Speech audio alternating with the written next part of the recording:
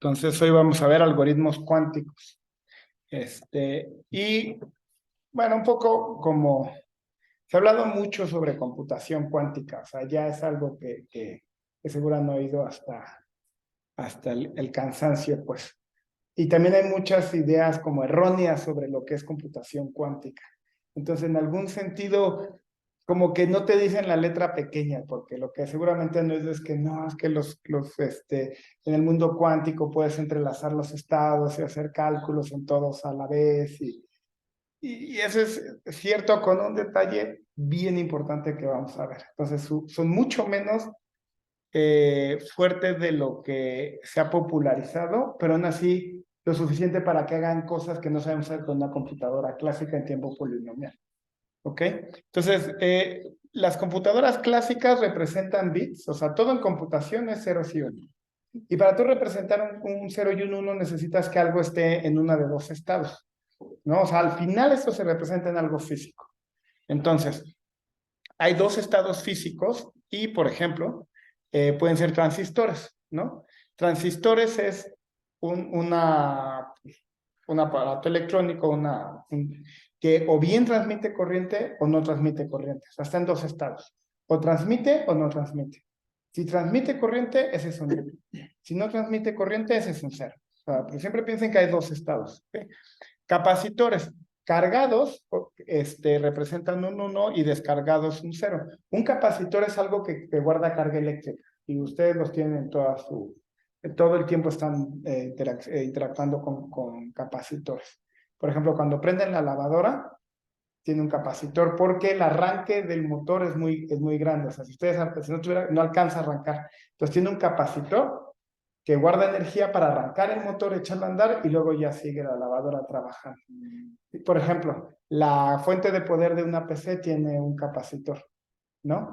A esa guarda energía. Entonces, si ustedes desconectan una máquina, una PC, y se ponen a trabajar con ella, eso es seguro porque está desconectada. Nunca en la vida trabajen con la fuente de poder porque tiene un capacitor y la carga que guarda es suficiente para matarlos. Entonces se les descompone su fuente de poder, tienen la basura y compran otra y no la traten de arreglar.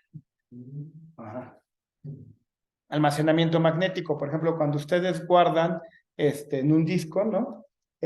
Duro, información, pues pueden orientar ciertas partículas de una u otra manera. Entonces, una orientación es un 0 y el otro es un 1, ¿no? Almacenamiento óptico, pequeñas depresiones, ¿no? En superficies planas representan ceros y unos, como en los DVDs y demás.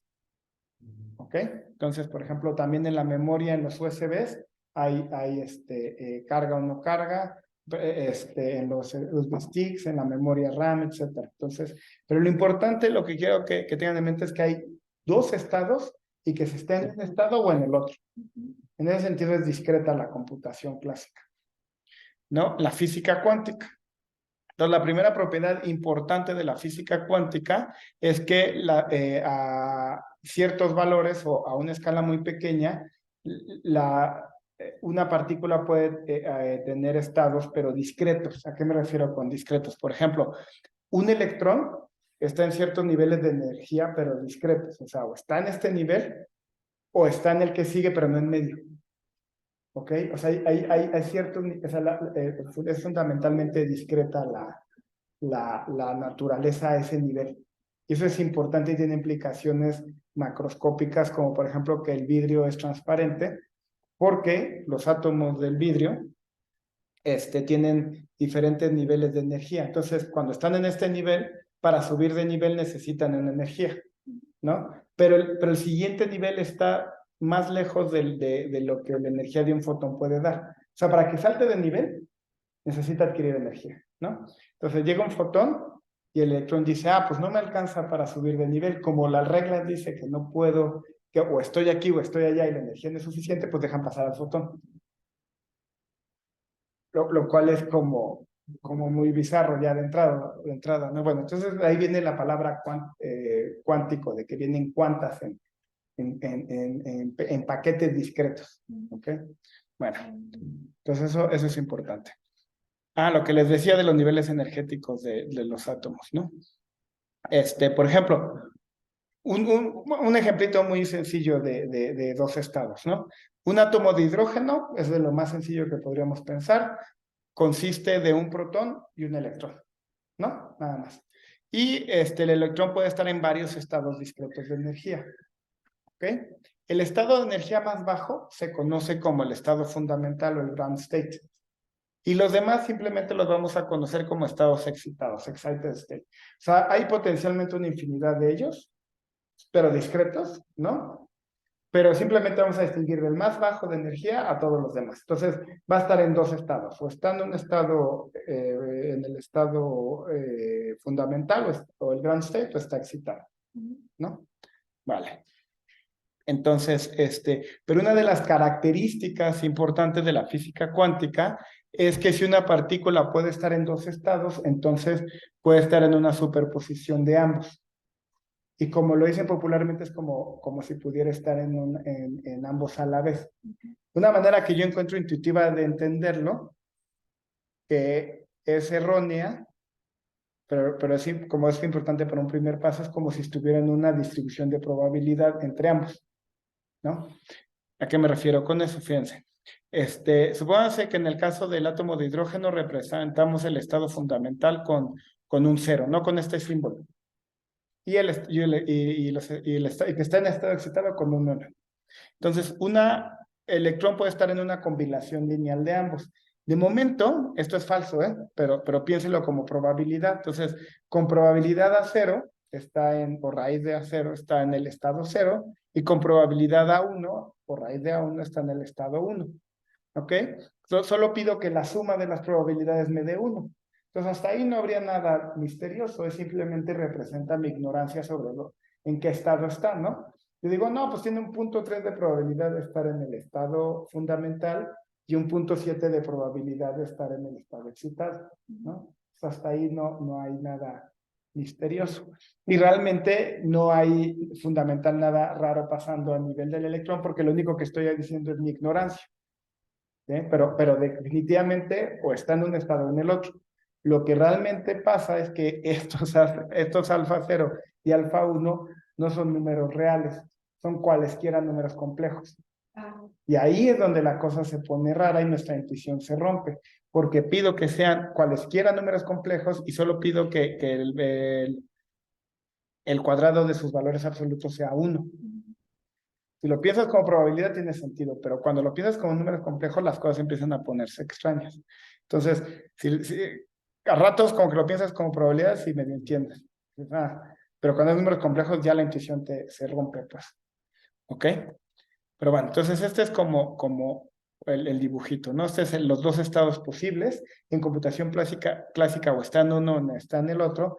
En física cuántica está en una superposición de ambos, donde es una combinación lineal con coeficientes complejos. ¿Ok? Entonces hasta ahí es como, bueno, pues eso tiene implicaciones muy misteriosas y es por la razón por la que Richard Feynman decía que nadie entiende la física cuántica, porque ellos se refieren a entender no en un sentido matemático, sino en un sentido como físico-intuitivo. O sea, los físicos no solo les interesa entender las ecuaciones, sino tener un feeling de por qué las cosas son así. ¿Me explico? Entonces, pero bueno, a nivel matemático podríamos darlo como axioma, así funciona, nos da igual, no somos físicos y ya. Entonces, las cosas pueden estar en esa combinación lineal, ¿no? Ok. Ajá, entonces al momento de medir el electrón, observamos el electrón en alguno de los dos estados, 0 con probabilidad alfa 0 al cuadrado, bueno, valor absoluto, y 1 con probabilidad alfa, valor absoluto del fondo al cuadrado. Pero aquí hay un detalle importante, ¿ok? Y el detalle importante, que también es muy contraintuitivo, es que antes de medir está en una superposición de estado.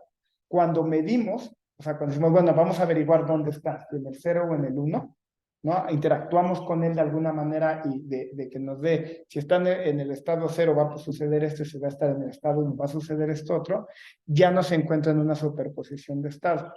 Ya se encuentra o en el 0 o en el 1. Una vez que medimos, se acaba la superposición y el electrón decide estar o aquí o acá. ¿Ok? Eso todavía, si estos fueran números reales, Pues no tendría nada de misterioso, nada más simplemente que ya actualizamos nuestro conocimiento del mundo. Antes era una función de probabilidad, pero definitivamente estaba en uno de los dos estados y ahora ya medimos, ya sabemos que o están en el estado 0 o en el 1, ¿no? Pero las cosas empiezan a complicarse porque el hecho es de que nosotros nos podemos dar cuenta o sea, todo lo que sucede a partir de que medimos ya va a escoger uno de estos dos caminos. Y eso da pie y se usa eso es lo que ya les dije, de que son números complejos arbitrarios. Empieza a tener cosas raras, o sea, por ejemplo, el electrón puede estar en este estado, ¿no? Donde estos son coeficientes complejos. O sea, puede ser 1 entre raíz de 5 y 2i entre raíz de 5. Entonces no tenemos una buena manera de razonar sobre este número complejo. ¿Ok? Entonces, esta propiedad de que una vez que medimos ya sabemos que se midió, se usa en criptografía cuántica para diseñar canales de comunicación donde es posible darse cuenta si un adversario los interceptó. O sea, si tú y yo nos estamos comunicando en un canal y medir significa que alguien interactuó con él, podemos darnos cuenta que alguien interactuó con él. Entonces ese canal ya no es seguro, cosa que no podemos hacer en computación clásica. O sea, literal interceptar antes podría significar que si tú tenías una línea de telégrafos con la que te estabas comunicando, pues mandabas a un espía a que se conectara al cable y de ahí te pasara la información, ¿no? Pero podríamos establecer un canal donde eso rompiera la superposición, porque al momento en el que alguien lo interactúa con el escogido de los dos estados, entonces sabemos que alguien ya está escuchando. Ajá. O sea, mucho de la criptografía actual se basa en el hecho de no sabes si te están escuchando, ¿no? Entonces, bajo la hipótesis de que no sabes si te están escuchando, pues entonces elaboras el protocolo de encriptación. Si tú puedes asegurar que nadie te está escuchando, pues entonces no tendría sentido encriptar, ¿no? Se los comento porque las propiedades de la física cuántica no solo se usan en algoritmos como para resolver problemas que no se puedan resolver, sino hay toda una serie de cosas que involucran, por ejemplo, criptografía cuántica, ¿no? O sea, canales de comunicación, otras cosas que no entiendo, de teleportación cuántica, de poder mandar información más rápido. En fin, es un área teórica de cosas que se podrían hacer, pero donde lo que ha logrado hacer es realmente poco todavía. ¿Ok? Bueno, ok, entonces ya entrando más en cosas concretas de algoritmos, ¿no? Un qubit es una partícula o sistema que puede estar en dos estados, en 0 y 1 como el átomo de hidrógeno, pero importantemente que lo podemos poner en la superposición de estados. Es decir, que podemos ponerlo en cualquiera de los estados con números complejos. Pues es como si un qubit nos dejara guardar dos números complejos. ¿Vale? Pero algo importante es que dos o más qubits se pueden encontrar en un estado de superposición. O sea, tengo un qubit, lo puedo poner en esta superposición de números complejos. Pero si tengo dos qubits, pues puede estar uno en 0, el otro en 0, uno en 0, el otro en 1. O sea, tengo dos a la... si tengo n, dos a la n posibilidades. Pero todo el sistema lo puedo poner en una superposición de estados. ¿Qué significa eso? Pues de que va a estar dado por números complejos. O sea, va a estar en el estado 0, 0, va a tener un coeficiente complejo, alfa 0, 0, alfa 0, 1, la probabilidad, por decirlo así, de que esté en el 0, 1. Estos son números complejos y lo único que pido es que la suma de los valores absolutos al cuadrado sea igual a 1. Pero se puede entender como lo que cuando estamos diciendo que están en el estado 0, ya no sería como que Sí, o sea, tú podrías pensar en algo tan concreto como dos átomos de hidrógeno, o está en el estado fundamental o está en el estado excitado, y el segundo átomo de hidrógeno está en el estado fundamental o está en el estado excitado, ¿no? Superposición significa que lo describes como que tiene alfa 0 en el estado 0 y alfa 1 en el estado 1, pero puedes pensar en la combinación de los dos. Que los dos estén en 0, 0, que esté en 0, 1, ¿no? pero simplemente como toda la describes como la suma de esos coeficientes de vectores. Ajá. O sea, como que si lo ves con probabilidades, cuadra. Pero cuando tratas de razonar con ellos como si fueran probabilidades, se rompe todo porque no son números, porque son números complejos. Pero te permiten hacer cosas que no puedes hacer con números reales. ¿Ok? Bueno, otra cosa interesante, cuando tú tienes un sistema de qubits, ¿qué pasa cuando mides un solo qubit? O sea, tengo 2 y mido 1. Y resulta que cayó en el estado 0. Sabemos que al medir el sistema cambia. ¿Cómo va a cambiar? Pues como ya sabemos que el primer qubit está en el estado 0, tachamos los otros donde el primer qubit está en el estado 1. Es decir, el 1, 0 se va, el 1, 1 se va, y lo que me queda es el coeficiente alfa 0, 0 y el coeficiente alfa 0, 1, dividido entre las normas para que esto me dé 1 otra vez. O sea, nada más renormalizo para que otra vez me quede 1. Hasta ahí va bien, ¿no? Bueno, entonces ahora entrelazamiento, esta es otra propiedad muy importante de la física cuántica. Supongamos que tenemos 2 qubits, uno está en el estado alfa 0, bueno, en este estado, ¿no? Alfa 0, 0, alfa 1, 1, y el otro está en beta 0, 0 y en beta 1, 1, ¿no? Si esta es la descripción de los 2 qubits, ¿sale? ¿Cuál se imaginan que sea la descripción del sistema cuando consideran los dos al mismo tiempo? De nuevo, si lo piensas como probabilidad, pues está fácil, porque es como si fueran independientes los eventos, pues es la probabilidad de que el primero esté, ¿no? En 0 y el segundo en 0, o sea, la multiplicación de ambos, ¿no? Sí. O sea, es tal cual esto, Sí. ¿no? Ajá, aquí lo que no sé si debí de haber, creo que debí de haber dividido entre algo para que me diera 1, ¿no? Tal vez se me fue. En fin, para que esta suma de los alfa 0, 0, beta 0, 0 me dé 1. Bueno, pero hay estados que no los puedes descomponer de esta manera. O sea, tú un sistema, como se vale cualesquiera complejos para estos estados, si estos 2 qubits yo los pongo en este estado, es decir, están el coeficiente, el 0, 0 es 1 entre raíz de 2 y el coeficiente del 1, 1 es 1 entre raíz de 2, esto no lo puedes expresar como suma de 2 distintos. O sea, si tienes 2 distintos, como 2 independientes, sí lo puedes pensar, o sea, describir en un sistema en términos de esos 2 independientes, pero hay sistemas que no los puedes describir de esa manera.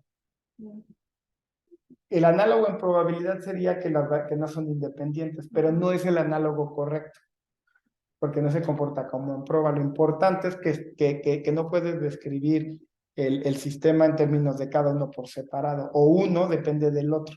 En ese sentido están entrelazados. Ajá. Y esa propiedad es muy importante, y de ahí también viene la capacidad de hacer cosas de manera exponencial, entre comillas, que no se pueden hacer en computación clásica. Porque al estar entrelazados, como lo que le hagas a uno, se lo haces al otro. ¿Sale? Y ese es un poco como lo que pasa, es una analogía muy mala, pero lo que pasa en el algoritmo de Strassen, que la clave para bajar el tiempo de n al cubo a n a la 2.5, lo que sea, es darse cuenta de que cuando tú multiplicas los vectores hay cierta información de más que te llevas, ¿no? Y esa información, si eres inteligente y la vas manejando, te ahorra trabajo. Un poco aquí, cuando manejas uno, estás afectando los otros. Y ese se va, o sea, va incrementando para poderte hacer las cosas más rápidas. Ok. Bueno, entonces, ¿por qué es importante la superposición? En las computadoras clásicas, si tú tienes n bits, la computadora ¿hay cuántos estados posibles hay? 2 a la n. Y la computadora en todo momento está en exactamente uno de esos 2 a la n estados. Con computación cuántica, tú puedes estar en una superposición de todos esos 2 a la n estados a la vez. Es ahí donde está como la ganancia exponencial. Como se populariza y se habla cuando hablan de computación cuántica, es decir, sí, es que tienes qubits, y entonces pones a la computadora en todos los estados a la vez y haces cálculos con todos los posibles estados. Eso es parcialmente cierto, porque el detalle fino es que al final tienes que medir y al final va a colapsar a uno de esos estados. ¿Sí me explico? Ah, o sea, sí, porque al final decís, Al final tienes que medir algo clásico. Ajá, entonces, ok, sí, los puedes poner en superposición, pero al final la respuesta va a seguir siendo 1, 1, 1, 0, 0, 0, 1. Entonces, ese detalle es el que no siempre te dice. Si fuera tan como lo platican a veces, pues ya, ¿no? O sea, sería un speedup exponencial a todas las computadoras y podríamos resolver los problemas NP duros en tiempo polinomial. Y no, ¿sale? Y además, pues tampoco es que tenemos libertad absoluta de operar como nos dé la gana con estos estados, precisamente porque están entrelazados. Lo que le hagamos a uno, se lo hacemos a los demás. Entonces, bueno, ¿ok? Entonces, en circunstancias muy específicas nos da una ventaja exponencial, pero son muy, muy, muy específicas. Entonces, bueno, ¿qué vamos a usar? La transformada cuántica de Fourier. Entonces, la transformada cuántica de Fourier recibe un vector A0 hasta AM-1, ¿no? Donde vamos a suponer que M es una potencia de 2, o lo vamos a representar con M qubits. Esto es prácticamente lo que vimos, ¿no? La clase pasada. Y esta es la matriz de Van der Monde. Ajá. Y esta W es la raíz mésima de la unidad. Es lo mismo que vimos en la clase pasada, exacto. Y esto es, multiplicas por esto y esta era la transformada de Fourier, ¿no? Con la salvedad de que aquí agregamos ¿cómo se llama? Un escalar 1 entre raíz de m, simplemente para que si la suma de estos, de la norma, de los valores absolutos al cuadrado me daba 1, estos también me den 1 cuando los opere. Pero esto no le haga mucho caso, nada más para que mantenga esa propiedad de que la suma da 1. Pero ahí es exactamente lo que vimos con raíces mésimas de la unidad, ¿no? Entonces, ¿qué pasa? Pues la clase pasada vimos cómo calcular la transformada rápida de Fourier, ¿no? O cómo usar, perdón, mejor dicho, cómo usar, es que sí, perdón, la transformada rápida de Fourier es el algoritmo que divide en dos las raíces de la unidad, bla, bla, bla. Y esto es la transformada discreta de Fourier. Ajá. Y esto en particular es la transformada cuántica de Fourier. ¿Ok? ¿En qué sentido es? Bueno, si estos fueran vectores de tamaño m, pues ya vimos cómo hacer esto en tiempo m log m. Vamos a ver cómo hacerlo con una computadora cuántica, calcularlo bien entre comillas, y lo digo súper entre comillas, porque van a ver por qué, exponencialmente más rápido en tiempo logaritmo al cuadrado de m. Este es un punto muy fino, porque esto baja el tiempo de m log m a logaritmo cuadrado de m. Esto es un speedup exponencial. Si no me creen, simplemente definan m minúscula como logaritmo de m, y esto es m cuadrada, y esto es 2 a la m. ¿Sale? Ahora, ¿por qué lo digo entre comillas? Porque si se los digo así de rápido, ustedes pueden decir, espérate, pero ¿cómo puedes hacer algo en tiempo más pequeño que el tamaño de la entrada? La entrada es de tamaño m, ¿no? Y tú lo estás calculando en tiempo logaritmo cuadrado de m. El secreto es que lo que le vas a pasar a la transformada, ¿cómo se llama? Cuántica de Fourier, no va a ser el vector. Va a ser un estado cuántico, pero expresado como de esta manera. ¿Ok? Va de nuevo. Aquí tengo m, una potencia de 2, ¿no? Como tengo m, una potencia de 2, vamos a decir que m minúscula es logaritmo base 2 de m. Creo que vale la pena ponerlo más a detalle. Ajá. Bueno, es que ese es un punto muy, muy fino. ¿Dónde está? Ahí está.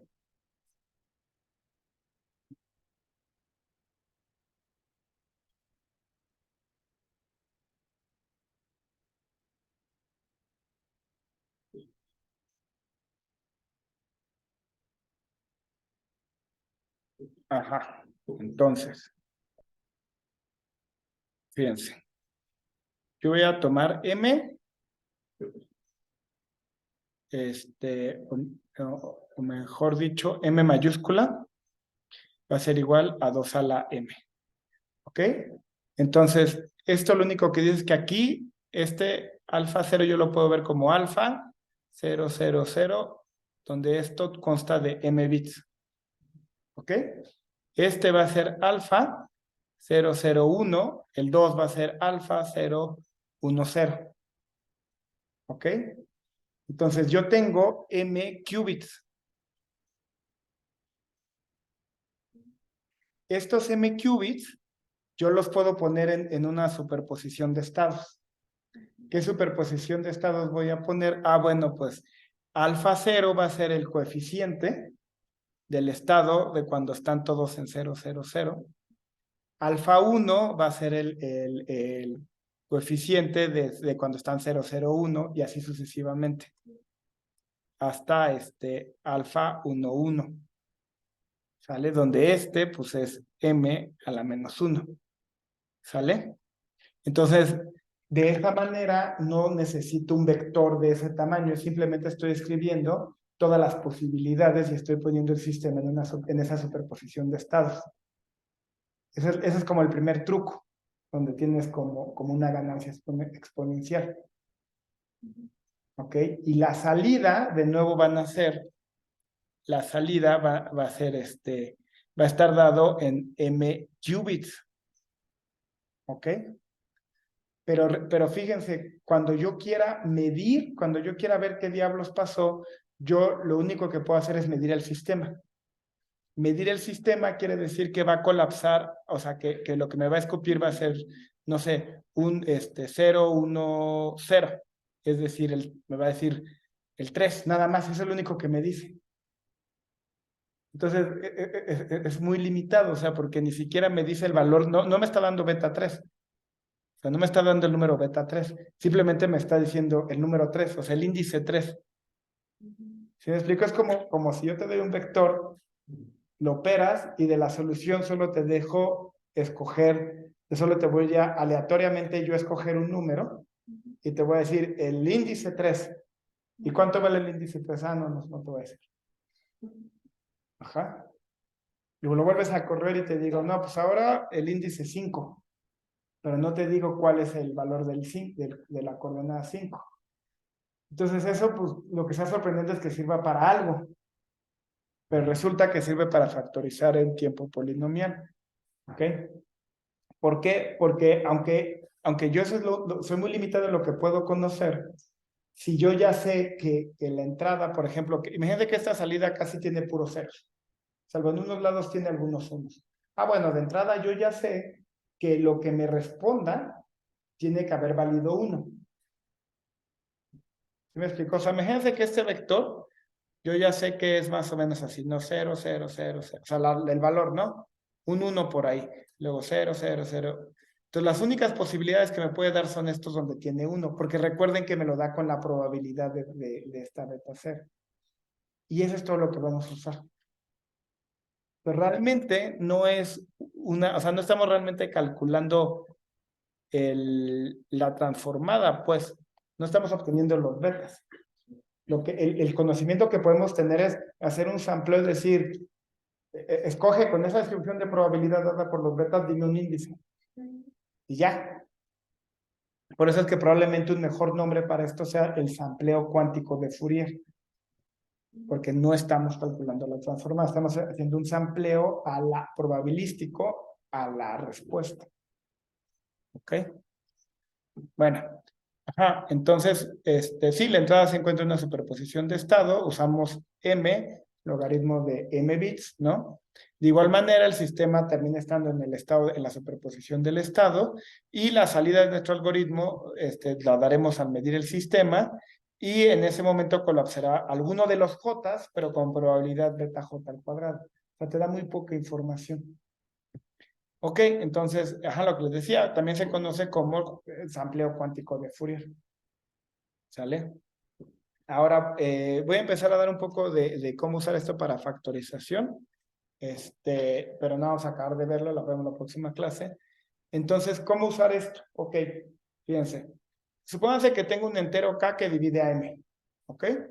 Y digo que alfa es periódico con periodo k, perdón, aquí debe haber dicho periodo k, voy a poner, para no confundirnos, entonces esto debe ser el periodo k.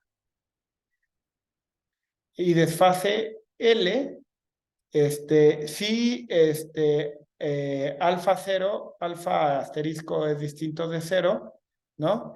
Y alfa I es igual a alfa 0 si I es congruente con el L módulo K y 0 en otro caso. Eso suena muy complicado, lo único que estoy diciendo es que dividen a su vector en pedazos de K, ¿no?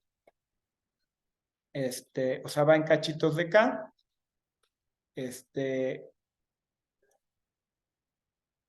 Pues obvio, como K divide a M, tengo M entre K pedazos y se repiten, o sea, este pedazo es igual a este pedazo. Y además es cero casi en todas partes, excepto en un lugarcito, en la distancia L, donde vale alfa asterisco, y todo lo demás es cero. Entonces aquí otra vez L, alfa asterisco, y todo lo demás es cero. Eso es que sea periódico. Y el desfase, pues ese es donde arranca, ¿no? Bueno, bien, entonces, ejemplitos de cosas periódicas, pues sería ¿no? 0, tengo algo en el 0, luego nada, luego tengo algo en el 3, luego nada, luego algo en el 6 y luego nada. Tiene periodo 3.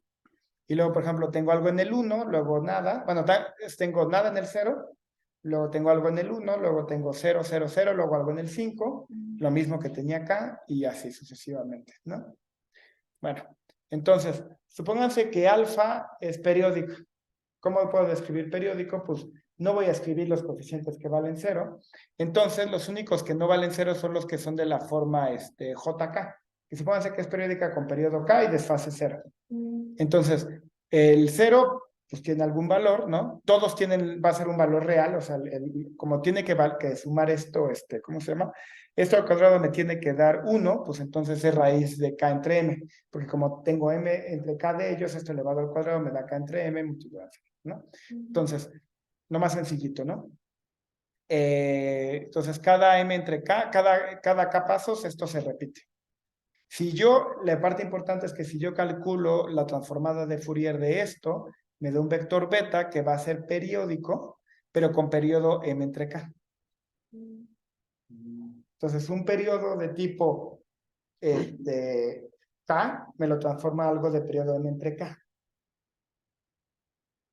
Y ahora, ¿por qué eso es irrelevante? Porque cuando yo mida, voy a obtener, el índice que voy a obtener va a ser un múltiplo de M entre K.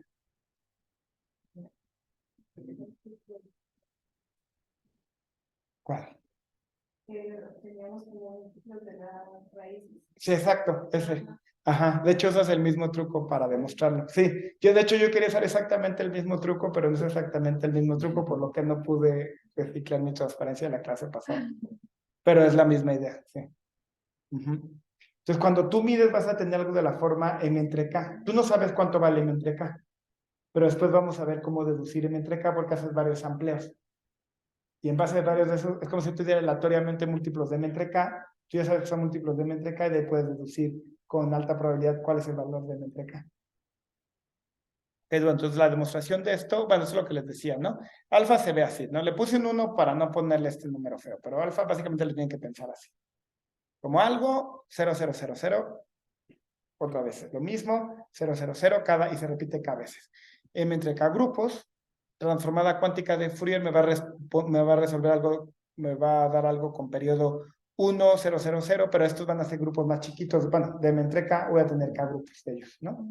Cuando llega un sampleo, como estos coeficientes son ceros, me va a responder con el índice de uno de estos. ¿Sale? Entonces, bueno, la demostración es relativamente sencilla, nada más hay que recordar cómo se ven estos vectores, ¿no? El coeficiente de BJ es tomar este J, ¿cómo se llama? ¿Cuál es el valor de BJ? Pues BJ es tomar el jésimo vector, ¿no? Y multiplicar por los alfas, ¿sale? Y entonces si hago eso, pues lo puedo expresar de esta manera. Este es el coeficiente que vengo heredando, ¿no? Esta es la J y si se fijan, pues es precisamente lo que está pasando aquí, ¿no? O sea, aquí empieza en 1, 2, 4, ¿cuál es el que sigue? 6, ¿no? Voy sumando. Ajá. Este es 3, 6, 9, etcétera. Es decir, si tomo el J, voy en múltiplos de J, ¿no? Entonces voy sumando desde L igual a 0 hasta N menos 1, potencias de W, J a la L. y esto multiplicado por la alfa a la L, que es precisamente el coeficiente que le toca, ¿no? Y esto de esa suma, o sea, estoy expresándolo tal cual como la suma de, pues como calculamos, ¿no? Multiplicamos matrices. Entonces es muy complejo, pero ya que lo entendemos, es, ok, estos van los dobles. En fin. De ahí puedo sacar, ¿qué puedo sacar?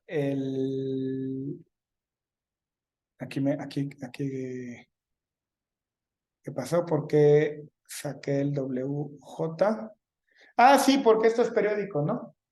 Como esto es periódico, entonces solo me voy a quedar con algunos de ellos. ¿Con cuáles me voy a quedar?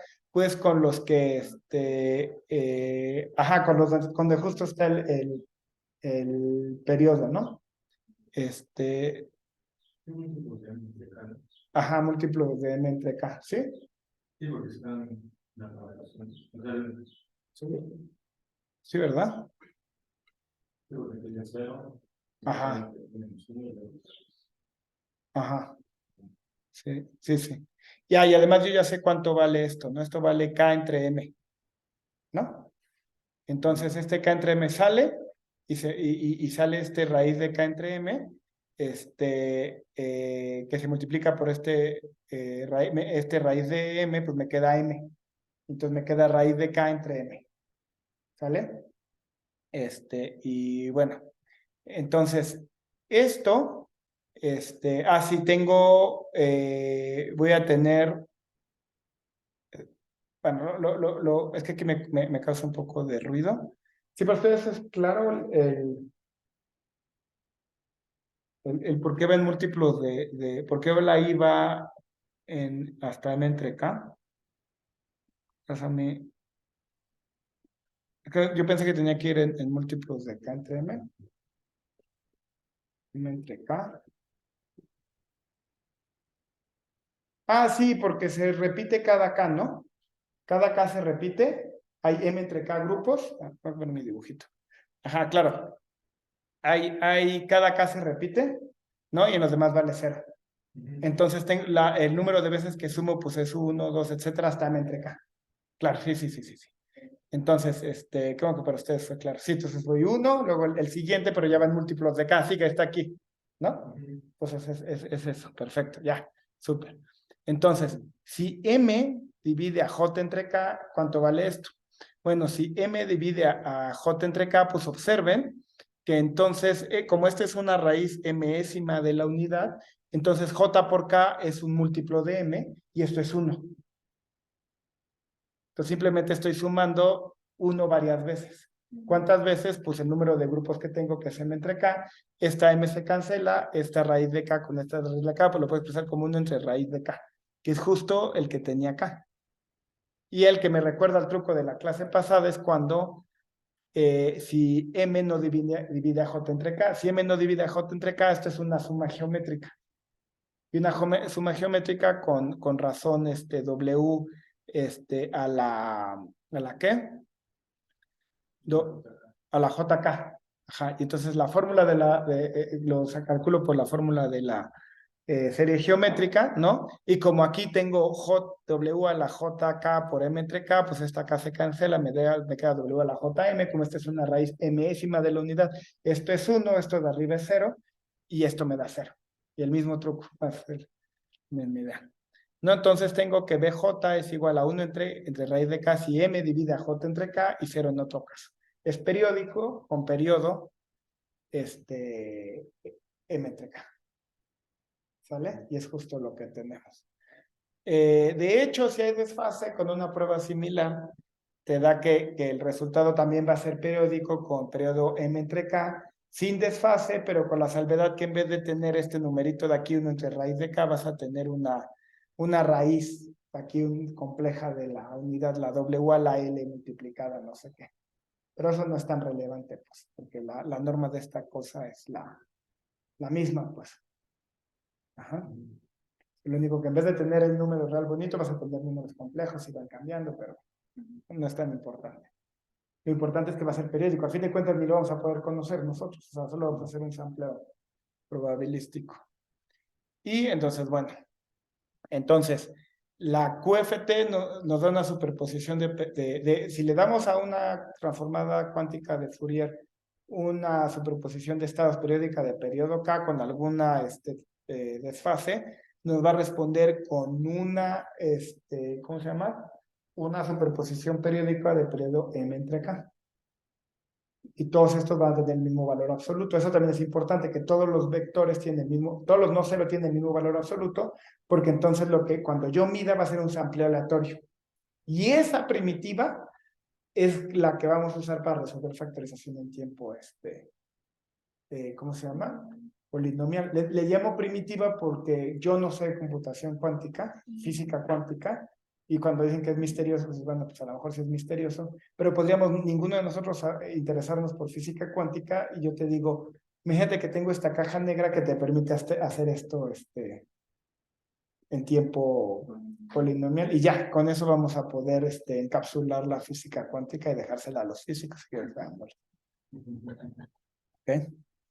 Entonces, bueno, hace lo que ya les acabo de decir. Y pues ya.